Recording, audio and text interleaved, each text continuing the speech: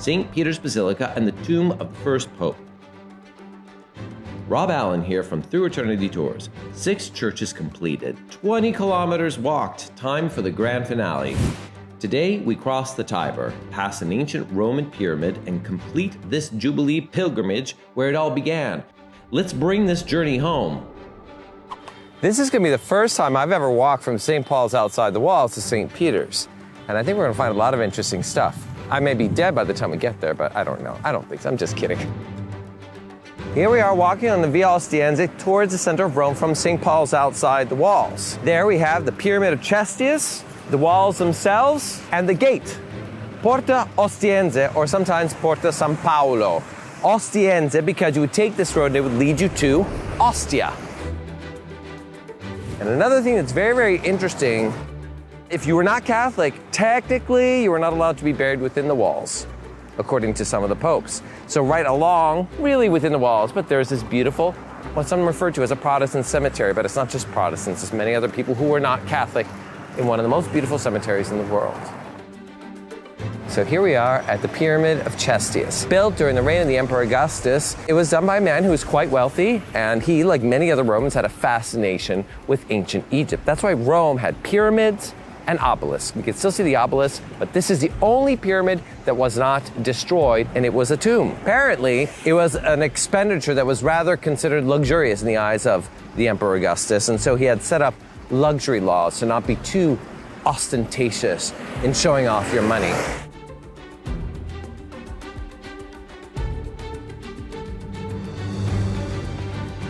And we're crossing over the Tiber to get into the area of Trastevere, which is across the Tiber. We're crossing into Trastevere, now literally across the Tiber, Rome's bohemian neighborhood. For centuries, this was where the real Romans lived. Sailors, fishermen, and immigrants from across the Mediterranean. While the rest of Rome built grand palaces, Trastevere stayed working class, bohemian, and different. Look around, narrow cobblestone streets, ivy-covered buildings, and trattorias serving incredible Roman cuisine.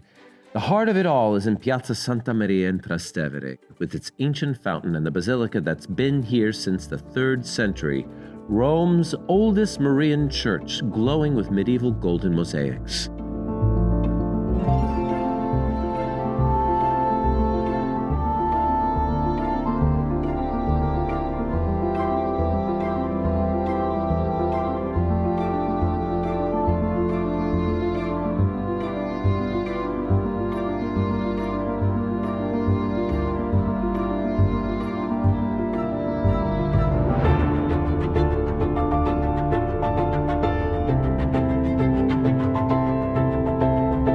You're standing inside the largest church in the world. St. Peter's Basilica can hold 60,000 people, stretching the length of 2 football fields. But it's not just the size that overwhelms you, it's the knowledge that you're standing directly above St. Peter's tomb. To your right, behind bulletproof glass, sits perhaps the most moving sculpture ever created, Michelangelo's Pietà. Carved from a single block of Carrara marble when he was just 23 years old, it captures Mary holding Christ, her dead son, with such heartbreaking beauty that visitors have wept for over 500 years. It's the only work Michelangelo ever signed, carved into Mary's sash.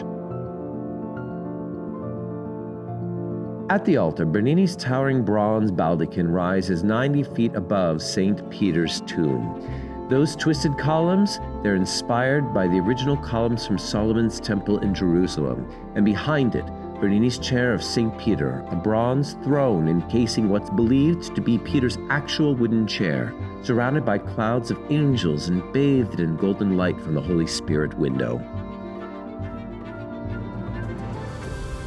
Ready to experience this yourself? Check out througheternity.com for our early morning Vatican tours, starting at 7:35 a.m., Jubilee 2025 walks and private Rome experiences. Our expert guides have been showing travelers the real Rome for over 25 years. Did you know that in ancient times, they discovered that they used to dress the statues sometimes in clothes, paint them, and even put perfume on them? Well, they still have some of these traditions today. One of my favorite statues in Rome is St. Peter inside the church, and it's over 700 years old. This was saved from the old church by Arnolfo da Cambio. But twice a year, it is decorated. They dress up Peter with papal robes and a papal tiara. Tomorrow is going to be his patron saint day, June 29th.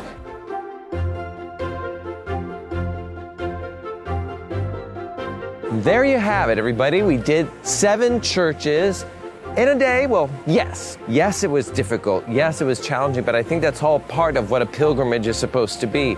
And of course, ending here at St. Peter's Basilica, an experience that is well worth it. Thanks for watching our video, and thanks for Through Eternity Tours. Please remember to like, subscribe, and click on that bell when you want to be notified of any new content that we have. And always remember to be inspired on where to go and what to see. Follow me and Through Eternity. Ciao.